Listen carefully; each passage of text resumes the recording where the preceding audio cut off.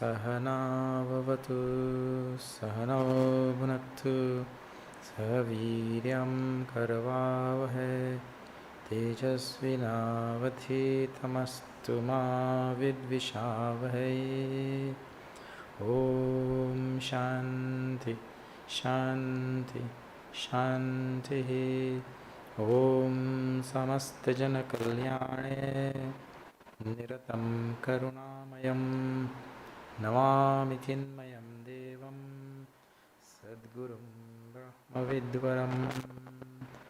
गुरुर्ब्रह्मा गुरुर्विष्णुः गुरुर्देवो महेश्वरः गुरुस्साक्षात् परं ब्रह्म तस्मै श्री गुरवे नमः।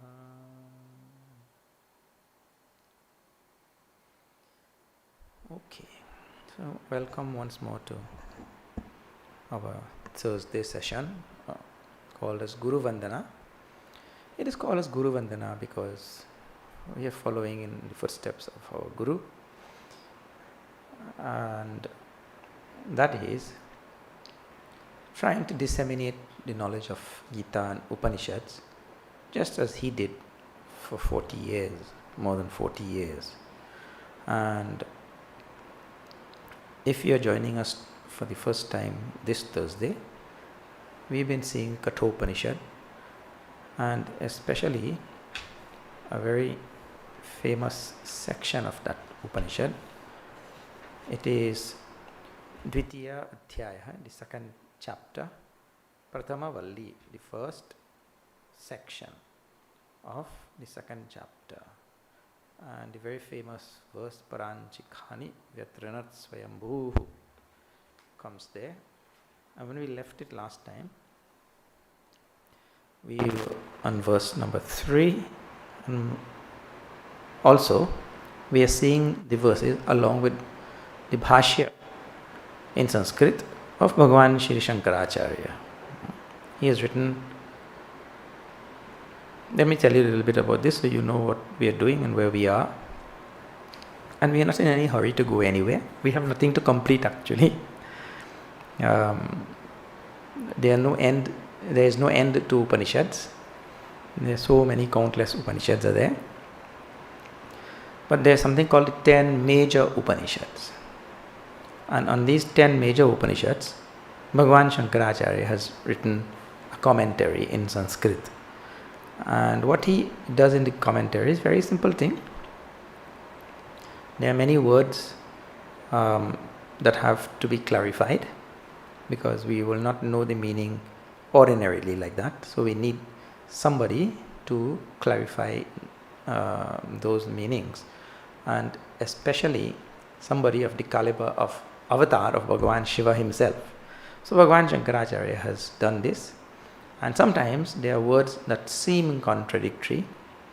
So to clear up those seeming contradictions, there is no contradiction. He shows very clearly there is no contradiction in the Upanishads. And we will see as we go along how he does this.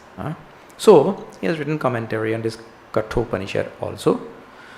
And so we are seeing the Upanishad along with his commentary. It is indeed very philosophical topics which are going on here, and really, ordinarily, people will not be interested in these type of things. But at some point in our journey of spirituality, in our journey of enlightenment and mukti, these type of philosophical things will have to be understood. So it may not be now, a person may not be ready for it now, but somewhere down the line that person will have to grapple with these very highly philosophical issues. So if you are finding it highly philosophical and it is touching very subtle points and all that sort of thing, and it doesn't seem interesting, that is okay also, because listening now will surely make this understanding easier later on. we have all gone through that. Sometimes we have to listen to something more than once before we catch that thing. So, if we listen now, later on when we hear again, it may become clearer like that. Otherwise, we put this off for later, so that will be the first time. So, it will not be clear that time, and then the second time will be the other time. So, better listen now only. Okay. Now, we'll chant verse number 3 and we'll resume our discussion, which I will tell you where we were after we chant this verse number 3. Yena rupam rasam gandham Shabdan sparshanscha maithunan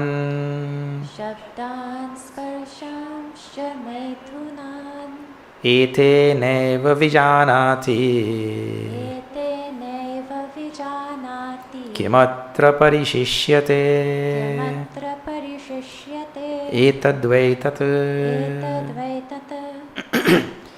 Yena, that by which. So the topic of discussion here is the Atma. So now you will see all of these words. Atma, Chaitanya, Paramatma, Nityavastu, the Sakshi. So many words in the Upanishad you will see to refer to this supreme reality. Yena. Yena means it's a pronoun. That by which. That. It is referring to that thing. A supreme reality. Which we call as Brahman and all the different names. Right? So now. Yena rupam rasam gandham shabdan sparshans cha maithunan. By which we experience Shabda Sparsha Rupa Rasa Gandha Ityadi means all the experiences through our senses.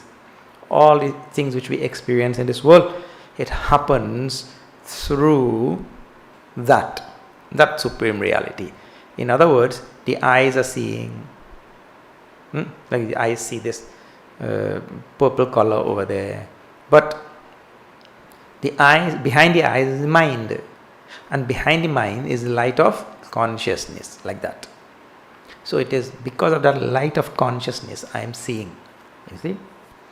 That light of consciousness is what is being referred to yena. Etena eva vijanati. It is by that alone, that reality alone, that we know things. That is the light of consciousness, Atma Chaitanya, which is responsible for illuminating all the things in the intellect which are known. Kimatra parishishyate. What else is there to know? Etadvaitat. This is that thing, O Nachiketa, which you asked for. That what? That supreme reality. And we saw that Bhashya description by Bhagavan Shankaracharya already, and when we left it last week, for those who were here joining, there was a question which was raised by Purva Pakshi. I explained also what is Purva Pakshi and the importance of Purva Pakshi. The one who has the opposing view or who has another view, like that. He says, Purva Pakshi says, and it is important to understand his question, and it's a philosophical question, as I told before. Nanu. Whenever we see Nanu, we know that Purva Pakshi is objecting to something or asking some question. Na evam prasiddhi lokasya atmana dehadi vilakshanena aham vijanati iti. It is not the ordinary experience of all human beings. What is not the ordinary experience? Now you have to go back over this again. I know that thing is purple. I know that the AC is making a sound. So eyes are seeing purple, ears are hearing the AC, sound of the AC or the sound of the voice. Then I know that the air in here is cool, skin is telling that, like that, touch, like that. We know all of these things, and it is not the ordinary experience of anybody We don't ordinarily say these experiences is actually attributed to the Paramatma. We say the experiences are attributed to this BMI. It is this BMI which is experiencing. This is everybody's ordinary experience or ordinary knowledge. The BMI is experiencing this AC, the color over there, the air in the room, the taste of food. It is the BMI, body, mind, intellect, which is experiencing all of this. And this is our ordinary knowledge, common knowledge. This is how we understand things. So this is Purva Pakshi's first part of this. He says, Na evam prasiddhir lokasya atmana dehadi vilakshanena aham vijanati. We don't experience ordinary, lokasya means by ordinary people in the world, worldly people, all of us. We don't ordinarily say, no, it is the Atma which is experiencing all of these things. And the verse is telling us the Atma which is experiencing all of these things. It is by the Atma things are experienced. Actually, that is what the verse is saying. There's a difference in those statements. But it is by the Atma things are experienced. That is one statement. And another statement is the Atma is experiencing. There's a different statement altogether. They are not the same thing. But here, he is pointing, Purva Pakshi is pointing to the ordinary experience of people. We don't ordinarily feel, in our ordinary experience, we don't ordinarily feel that it is Atma which is experiencing things. Nobody says there's some third entity or some other entity which is experiencing things. We think our BMI is experiencing things. Dehadi sanghato aham vijanati tu sarvaha lokaha avagacchati. All ordinary people feel that it is dehadi sanghataha aham. I am this BMI and this BMI is experiencing. So the eyes and the mind is experiencing these colors and temperature and all the things in the room. And this is his question. Now,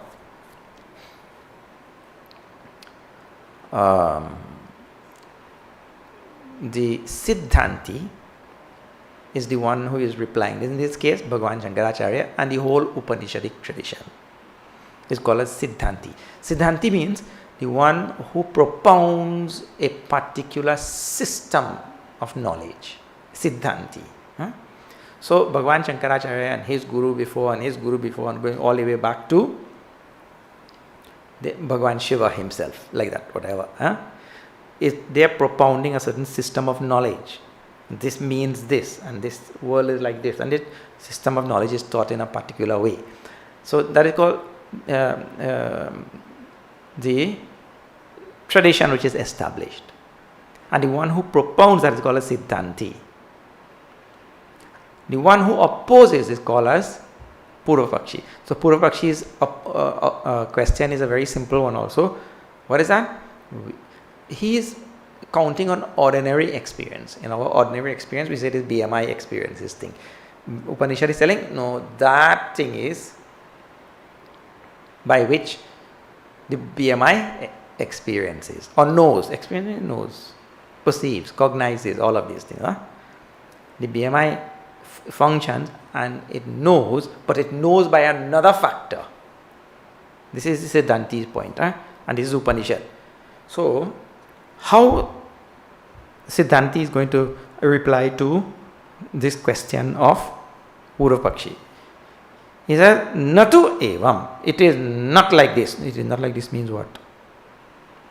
It is not like this means, it is not that the body, mind and intellect experience all by themselves.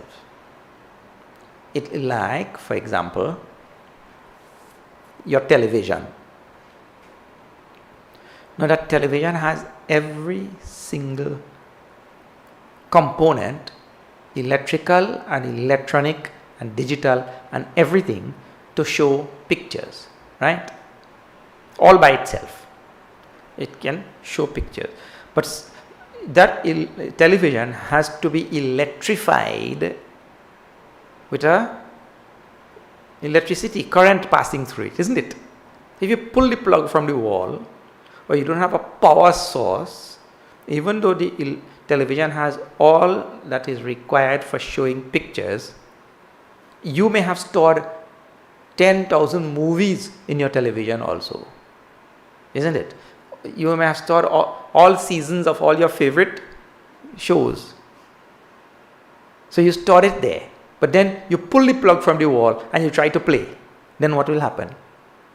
Nothing. Everything is there, but it will not play anything. So it needs to be electrified. You see? In the very same way, the Siddhanti's position is the BMI is like a television. It has so much of capacity, capability and all that. But if it is not electrified by Paramatma, it can't do a thing. That is the idea. Now television is not electricity. And electricity is not television also. But the television cannot function without the electricity. Now you just one more thing.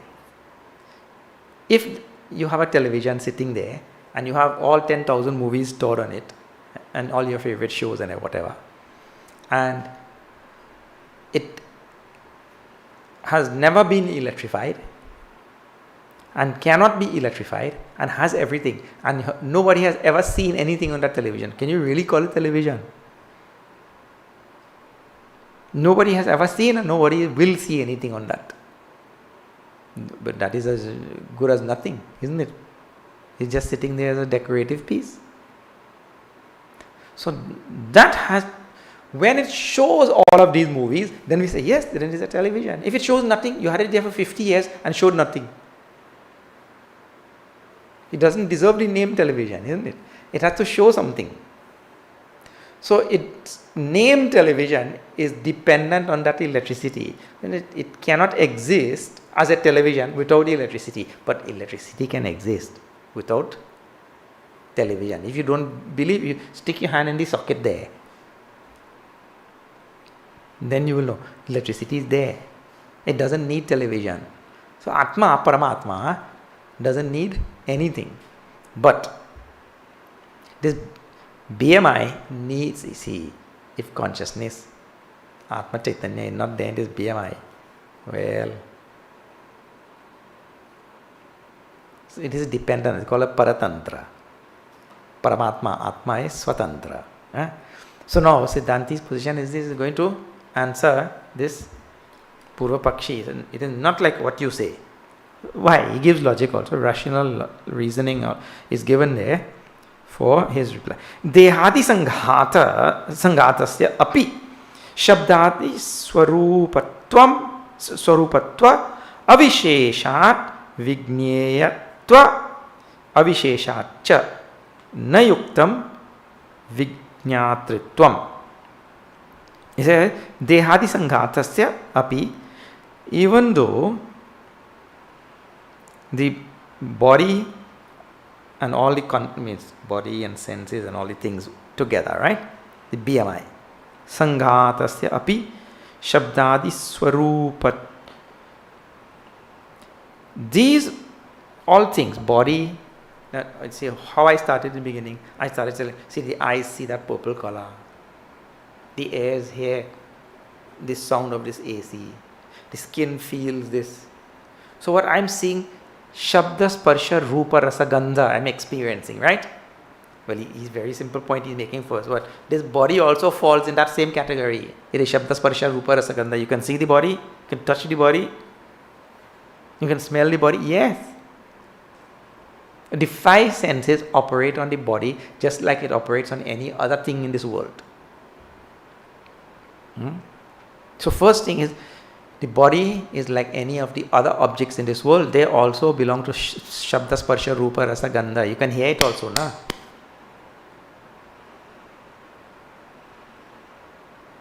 And anything which is cognized, which is perceived, which is known, any of these words you want to use, anything which is known, that thing has to be jada, inert. This is a rule. Because the one who is knowing is Chetan, conscious, aware.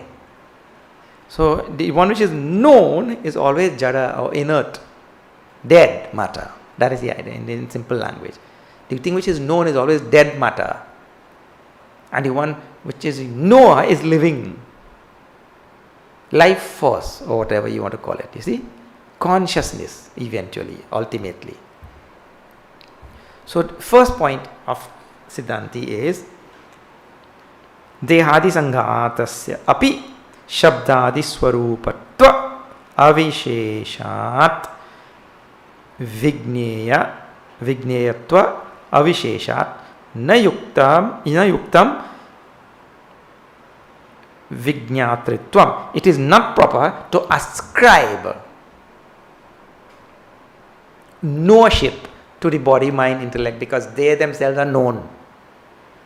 And the rule is, what is known is Jada. This is general rule. But he'll take it further just now. But this is general rule. You see how that rule is shown again, in deeper. So the rule is, if the thing is known, that thing is called a Jada. It is inert. Now see, if the known thing was not Jada, means this body, mind, intellect, they are called a Jada. They are known because you know your mind or not? Yes. You know your intellect? Yes. We know them. And which is known is Jada. If they were not Jada, they were Chetan. He says, look, Yadihi dehadi sangataha Rupadi Atmakaha san Rupadin Vijaniyat Bahya api Rupadaya Anyonyam Swam Rupam cha Vijaniyuhu. It means to say, if this body, mind, intellect, if they were considered to be Chetan, right? Conscious entities unto themselves. If they were considered to be like that, well then they would have known each other and they would have known themselves also. Not only that, any Shabda Sparsha Rupa Rasagandha, any color, form, any touch, anything outside, because this is what the world is made up of, these five only. The world is made up of colors and forms and all the different things which the five senses perceive. They would have known each other. This thing would have known this thing, and this thing would have known this thing. If the objective thing, the object, were itself conscious, they would have known each other. Not only that, they would have known themselves also. Swam rupam cha vijaniyuhu.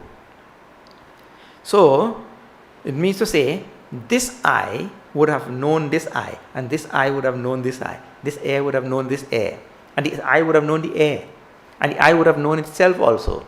But you know, we don't know anything about ourselves. See, if your bone is paining, that bone is paining, right? We say, I know the bone is paining. The bone itself doesn't know that it is paining. The bone is Jada thing. We keep on saying, I know it is paining. So there is an ultimate knower. This other bone would have known this bone is paining. But that is a silly thing, isn't it? You know, that one is paining, you ask. One Jada Vastu would have known another Jada Vastu. If we ascribe Chaitanya to body, mind, intellect, one part of the body would have known. See, no, this right side toe would have known the left side toe, independent of you. But that such thing doesn't happen. And one chair would have known another chair. One color would have known another color. And that color would have known himself also. So, the body, mind, intellect, they belong to the category of inert things, and inert things cannot know themselves. That is the idea. Na cha etat asti. It is never like this, that one thing knows, one jada vastu knows another jada vastu. It never happens. Only a chetan entity knows another chetan entity, or knows of jada vastu. Means a conscious entity. Tasmat dehadi lakshananscha rupadin etena eva dehadi vyatirekena eva vijnana swabhavena atmana vijanati lokaha. Therefore, it says, this Atma, which is vijnana swabhava, which is by nature consciousness, awareness. This Atma, which is by nature consciousness. This Atma is that by which the body and all the other Jadavastu in the world, Dehadi Lakshanans, Cha Rupadin, the body and all the other things which are made up of Shabda, Sparsha, Rupa, Rasa, Gandha. And this is, all these are very technical things in Vedanta. Please pay attention to this as you go along. You have to keep all of these things at the back of your mind for your own analysis and making a whole picture of the whole universe. Really speaking, to all of us, this world is made up of these five only, because the eyes see color and forms, isn't it? The ears hear sounds, the nose smells all the different scents and all like that. So the world really to us is made up of these five only. Any object. You say this thing is hard. But how do you know hardness? Because of touch, isn't it? If there were no touch, you will not know hard and soft. So the world is made up of all of the things which are perceived by the five senses. And just means world means what? All things. Forget this BMI for the all things outside. Now you come to BMI. Well, same. You touch it, hear it, feel the BMI fits smack right in the middle of all things in the world. The body, mind, intellect fits right in the midst of all things in the world. It is not in any way different. And the body is also known. I know, like for example, I told you, I know that the bone is paining. Or I know that I am very relaxed. So there's a knower of the pain or the shanti, peace, whatever it is. Somebody who knows. And I told last week, all knowing, I don't know if you know, that was in a Kaivalya Upanishad camp. All knowing is done by the intellect. But the intellect is like the television I was telling you, it cannot do anything unless the electricity of consciousness is flowing through it. Then it knows. But without consciousness illumining intellect knows nothing. So the ultimate knower really is the self. Therefore he says that ultimate knower, Vijnana Swabhava, by its nature, Vijnana Swabhavena, by its natural nature of awareness, consciousness, knowledge, things are known. All things are known in the world. Vijanati lokaha. And this is the drift of the verse. Now he gives an example, very interesting example. Now see, I was giving one example, Bhagavan Bhashakar gives another example. Yatha yena lohaha dahati saha agnihi iti tadvat.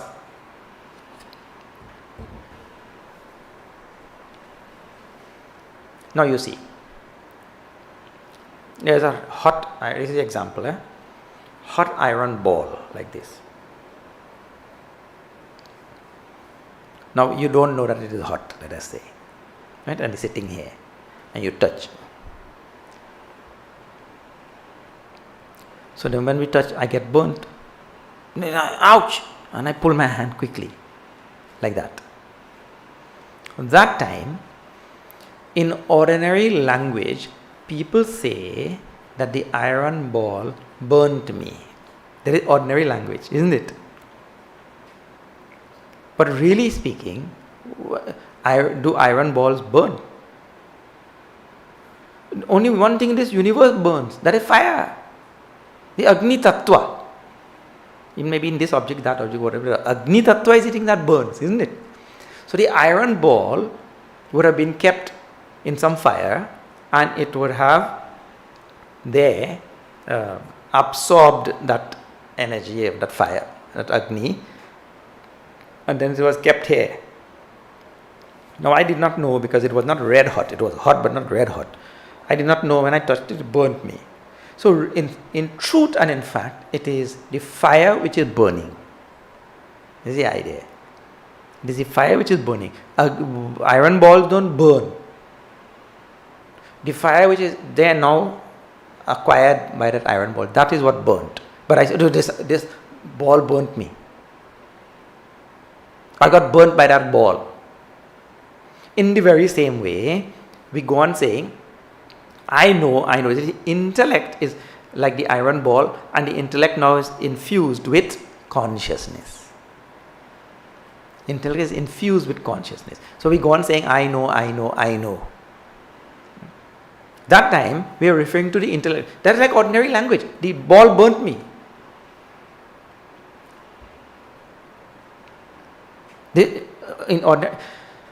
Let me say a little bit about language also. This is a very important thing. You have to think about. I'll give you an example. Last weekend we were at our Tapovan ashram in the mountains. So over there we have a power generator. So they were using the power generator. We were using that power generator for different things, to cut this and cut that and weld this and weld that. We were using that power generator. So it's down at the lower level, and the work was going on at the upper level. So there were two guys down at the lower level and some guys at the upper level. And whenever they wanted that generator turned on, the guys at the upper level will shout and say, turn it on. I have to tell you in Trini. No, just now I said in English, turn it on. This is what you will say in English, right? But the guys at the top were shouting at the guys down below. Give me a crank day. Now see. If I say that in English, can you please give me a crank?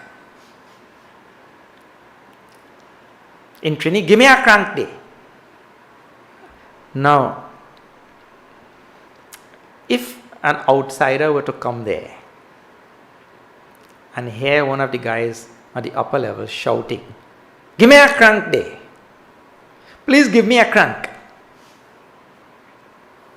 You think an outsider who is not conversant with whatever is going on there, give me a crank. What? Give me a crank? It will not make a sense at all. But the guys here shout, and the guys down there, they know exactly what to do. It means to say that language which is being used, that language is being used in a particular context by a particular group of people who understand each other. And if an outsider were to come there and hear that, he'll understand nothing. Because the machine has one of those cranks. You have to pulley crank like that. You have to pull a string and it cranks up and it starts, and then it starts producing electricity. So these people know, those people know, and he just has to shout some words which are, if an outsider hears, he'll not know what they're talking about until he perhaps sees what they're doing, and then he'll have to tie what he heard to what he saw. Right? But the language which is being used has its relevance and perfect meaning in the context in which it is being used. So language is like this. The words acquire meanings, different meanings, based on their context. So now here, the Upanishad is expressing in a certain type of language, and it is trying as much as possible to utilize the language which we ordinarily know. so that not to bring confusion to the mind. So we ordinarily say, I know. Means this BMI, because the intellect is that which knows. But I was just telling you, like the fire and the ball. What has to be understood? You see, give me a crank there, or give me a crank there in Trini. What has to be understood is, please start the machine. Means you crank it up. Please, that has to be understood. Please start the machine. So one thing is said, but this thing is understood. In the very same way, that I know means it is the Atma, which is the conscious knowing principle, which is really facilitating all knowing. And without that Atma, nothing is known. That is the idea which is here. And it is not that I really, this intellect doesn't know anything. Really, iron ball don't burn. Really, it is the fire which burns. But we ordinarily say, the ball burnt me. So we ordinarily say, I know. But the verse is telling, no, that knowing is because of some other thing. Now see, it is good to go on reflecting in this way. And I told you we have no goal to reach anywhere. No. You just go on thinking like this over and over. Atmanaha avijñeyam kimatra asmin loke parishishyate. Atmanaha avijñeyam. Kimatra means by this Atma, or for this Atma, what is there which is not known in this world? Nakinchit parishishyate. There is nothing which is not known. Means if anything which is known in this world, it is because the Atma. It's because of the Atma it is known. That is the idea. This is a simple idea. If Atma were not there, it will not be known. Sarvameva tu Atmana vijñeyam. All things are known only because of the Atma. Yasmat yasya atmanaha avijñeyam na kinchit parishishyate sa atma sarvajñaha. The self, the Atma, is that to which nothing remains unknown. That is the idea. Sa atma sarvajñaha is omniscient, all-knowing. Etad vaitat. Kim tad yad nachiketasa prishtam. What is that? If the etat vaitat means this is that. What is this is that?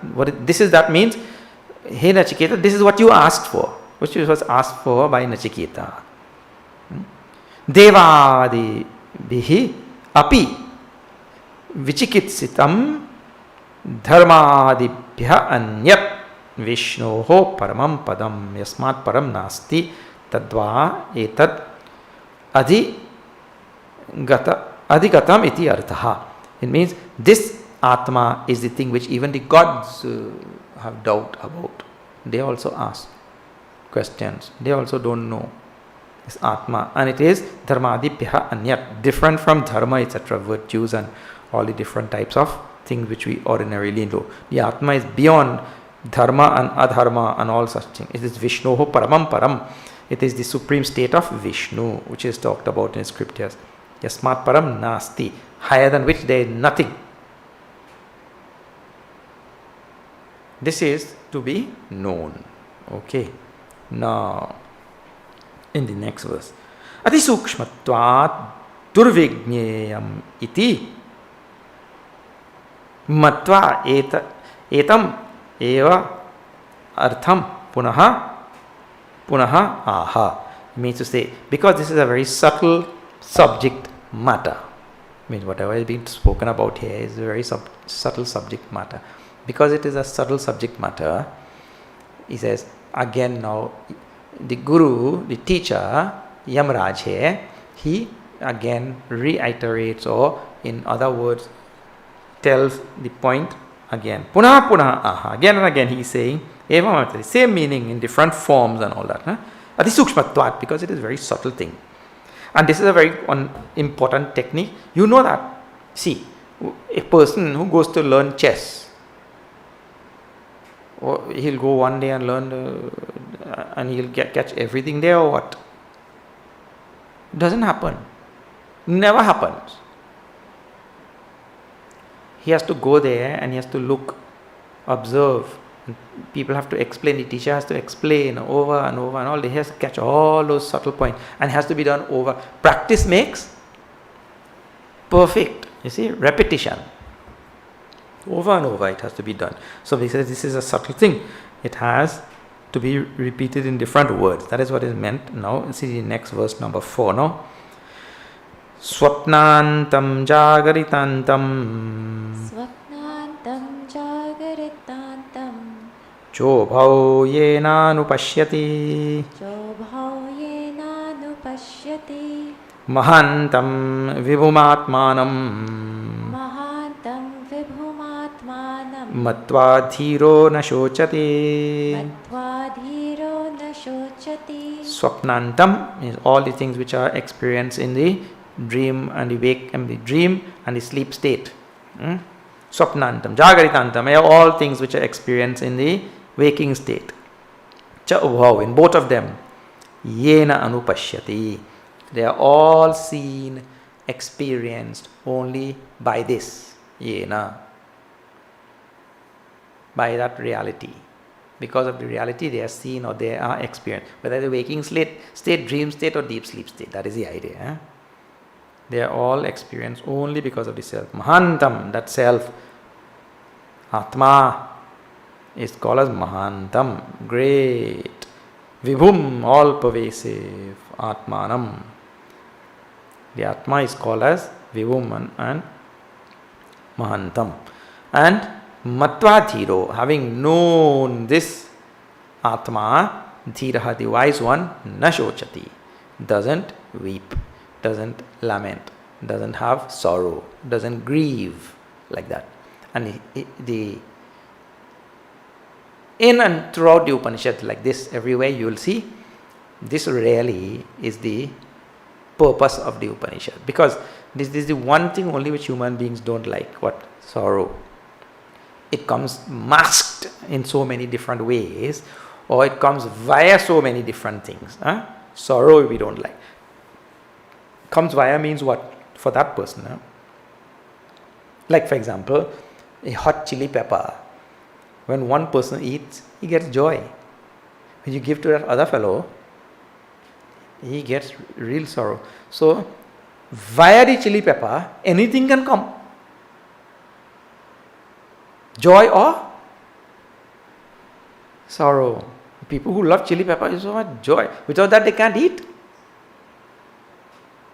And you give it to some other person, Hare Krishna, he hits the roof.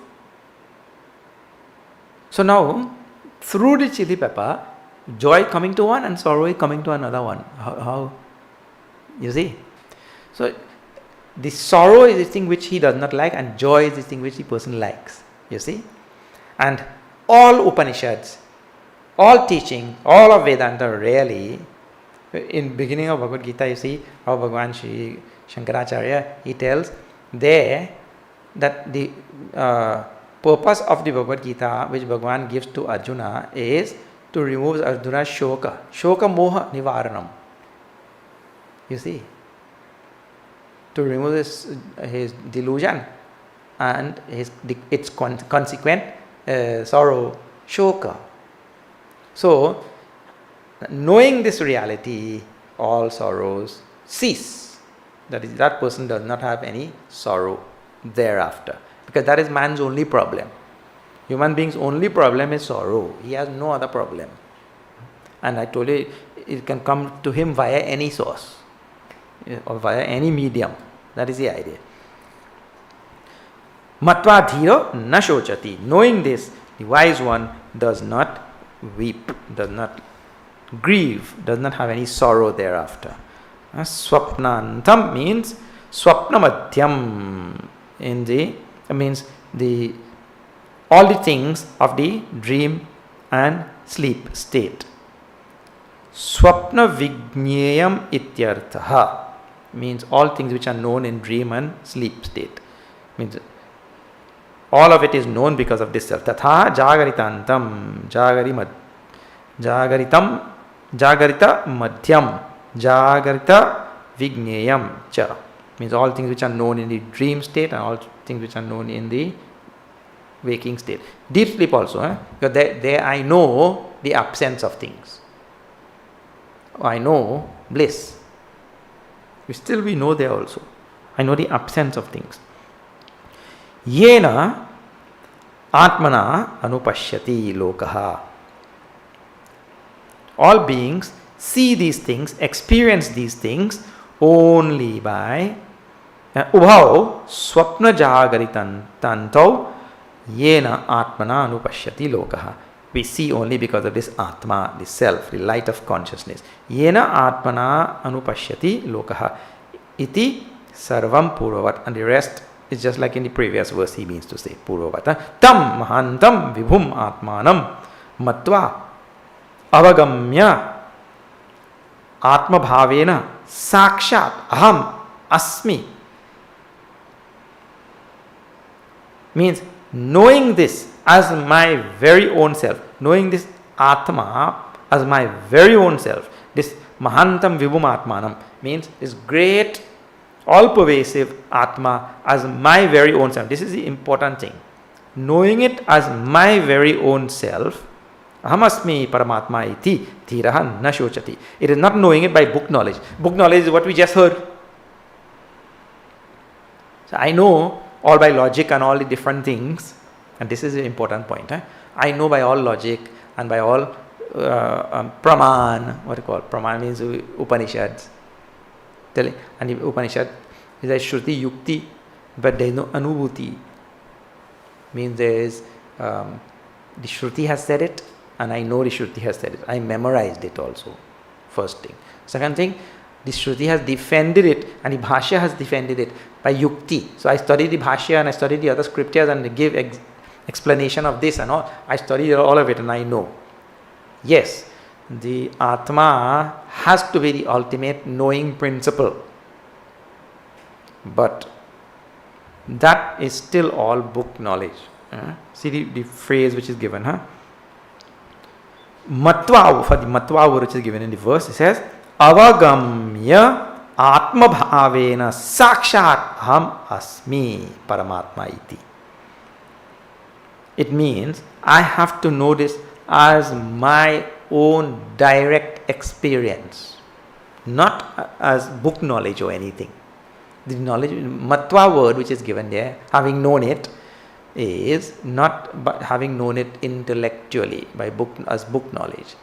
Means having known it means having made this knowledge part of my own being. Means I have realized what the knowledge is saying. And we look here.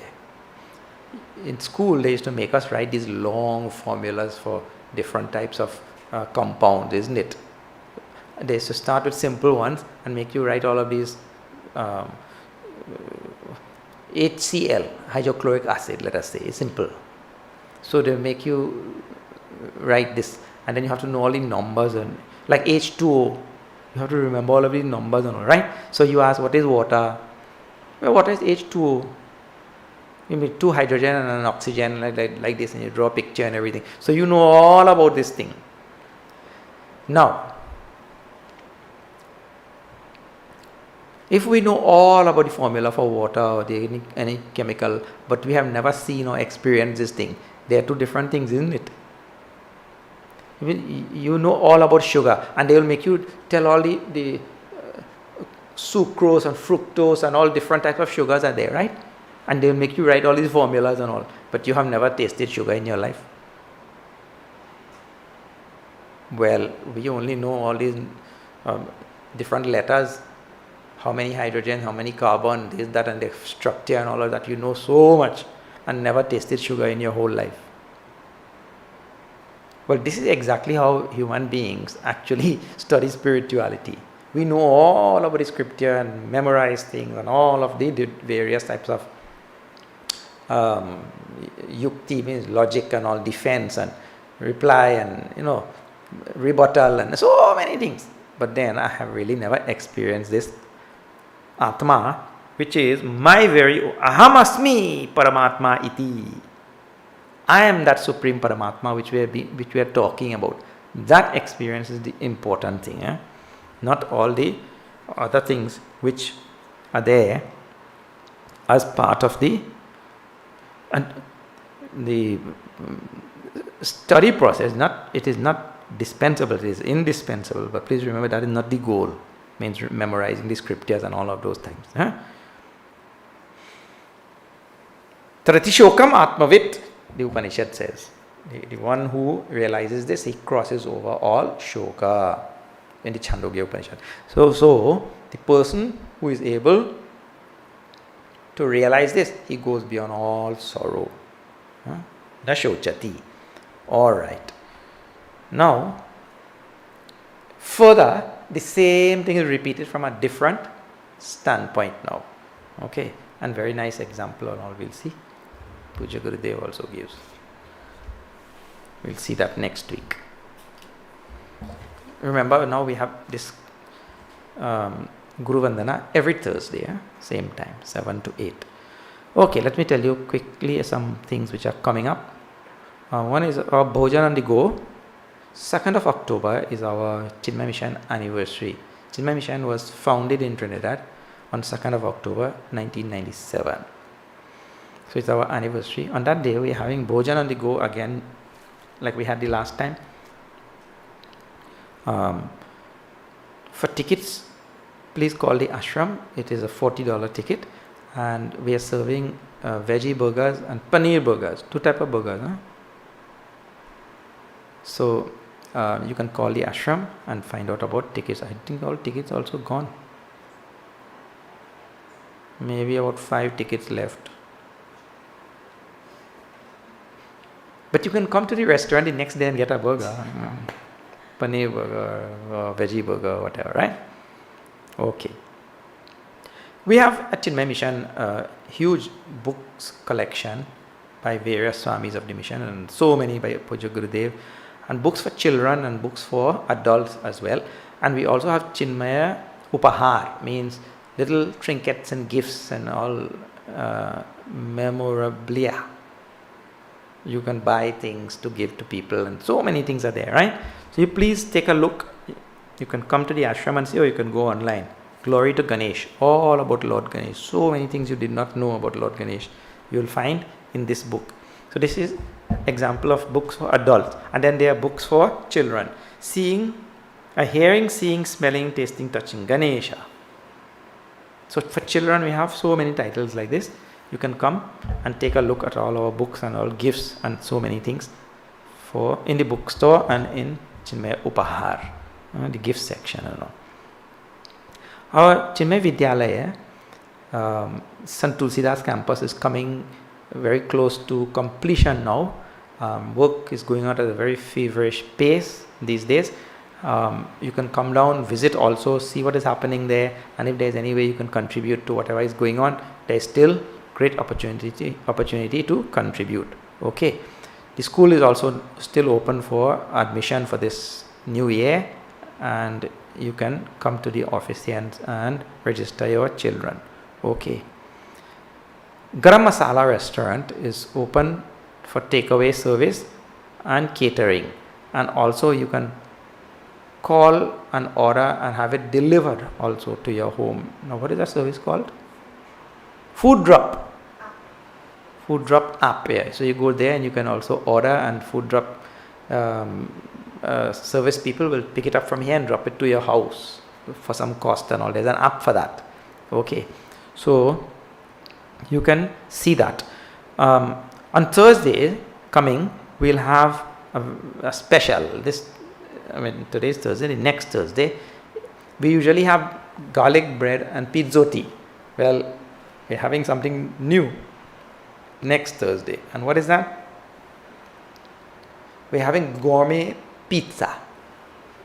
This is not the ordinary pizza which you will get. You will not get this pizza anyway. You will get it here only. And it's from our brick oven. We have an oven that operates by firewood and all. So please call in and order your gourmet pizza before next week, Thursday. All right. I think that's the announcements for this week. Anything left out? And we will see you next week, Thursday, right here, same time, 7 to 8. Okay. Om Purnamada Purnamidam Purnat Purnamudachyate Purnasya Purnamadaya Purnameva Vashishyate. Om Shanti Shanti Shanti. Hari Om Shri Gurubhyo Namaha. Hari Om.